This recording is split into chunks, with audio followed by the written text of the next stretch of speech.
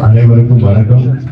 நம்முடைய காவலர் சமூக போராளி மருத்துவர் ஐயா அவர்கள் பிறந்த இந்த கீழ்த்திருமணி கிராமத்தில் நடைபெறுகின்ற சுதந்திர தினம் கிராம சபை கூட்டத்திற்கு தலைமை தாங்கி இந்த கிராம சபை கூட்டத்தை நடத்தி கொண்டிருக்கின்ற ஊராட்சி மன்ற தலைவர் மரியாதைக்குரிய திரு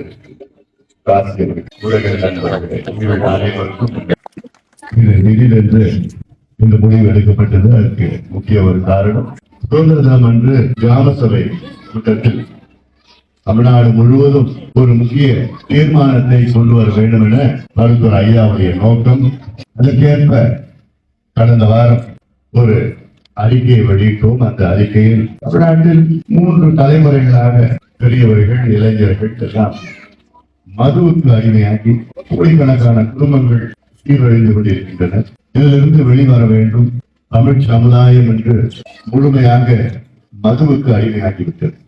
இந்த தமிழ் சமுதாயத்தை மீட்டெடுக்க வேண்டும். அதிலும் தமிழ்நாட்டில் 38 மாவட்டத்தில் அதிக மது விற்பனை நடத்துகின்ற மாவட்டம் நம்முடைய மாவட்டம் விழுப்புரம் மாவட்டம். இதற்கு தீர்வு இந்த மதுக்கடைகளை படிப்படியாக குறைக்க வேண்டும், மூட வேண்டும். இறுதியாக மது இல்லா தமிழகத்தை உருவாக்க வேண்டும்.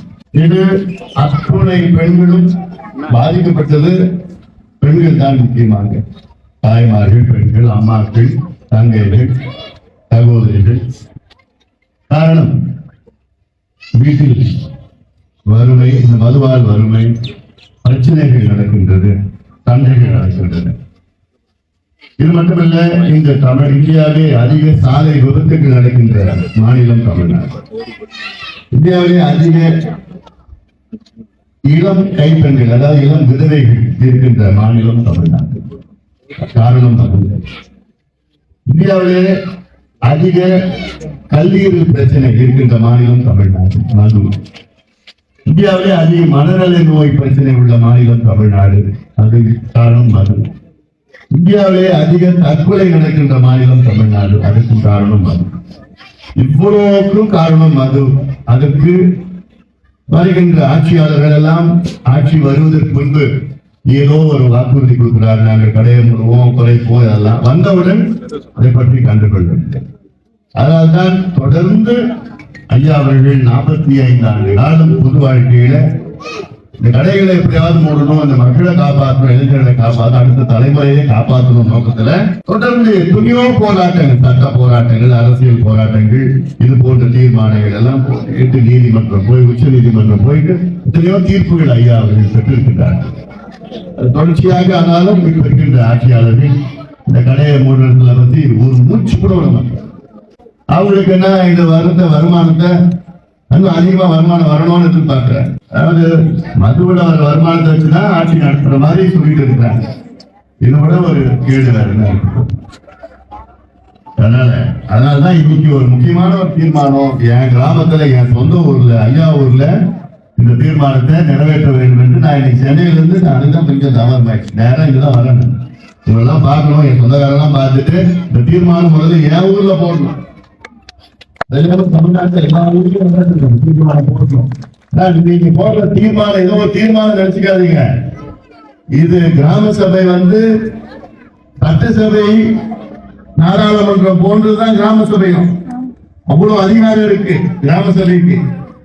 சட்டசபையில எம்எல்ஏ இருப்பாங்க, கிராம சபையில நீங்க தான் எம்எல்ஏ. நீங்க முடிவு பண்ணா முடிஞ்சு போச்சு. கோர்ட்டு தலையிட முடியாது, எந்த கோர்ட்டும் தலையிட முடியாது. அந்த அளவுக்கு உங்களுக்கு அதிகாரம் இருக்கு. நீங்க எல்லாமே முடிவு பண்ணி செய்யணும்னா அவ்வளவுதான் செஞ்சு முடியும். யாரும் முதலமைச்சர் கூட அதிகாரம் கிடையாது. ஏதாவது உங்களை தடைப்படுறதுக்கு அதை செய்யறது.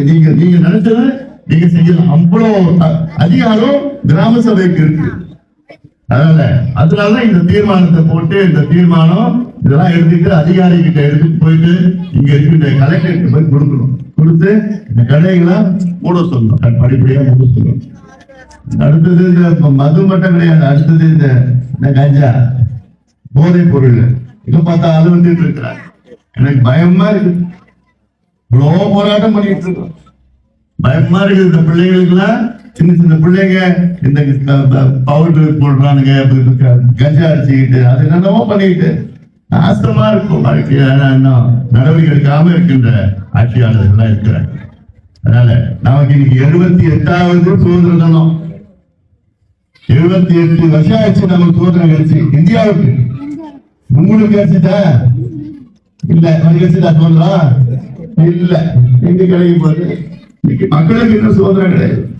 சுதந்திரமா எப்படி சுதந்திரம்னா, நம்ம பிள்ளைகளுக்கு நல்ல தரமான இலவச கல்வி கிடைச்சா நமக்கு சுதந்திரம் கிடைச்ச மாதிரி.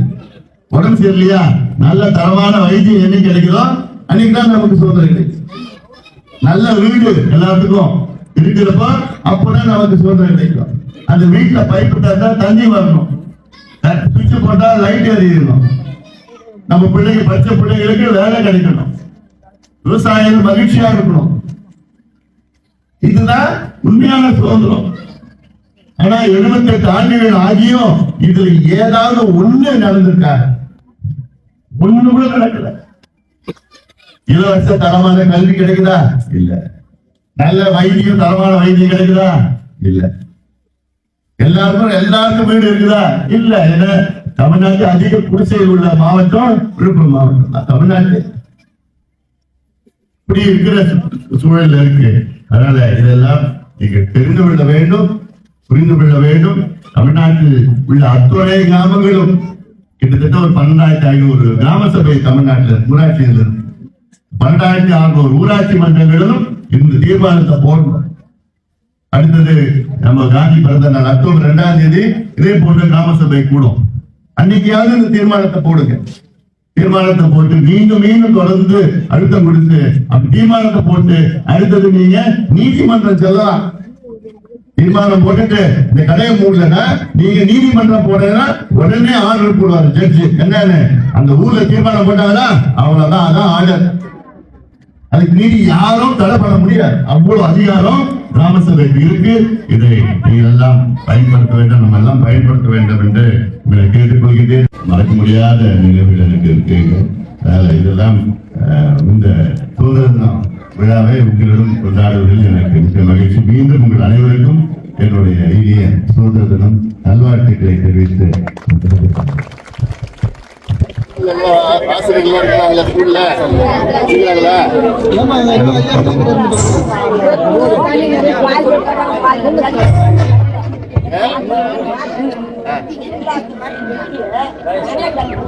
வாசல்ல போட்டாங்களா?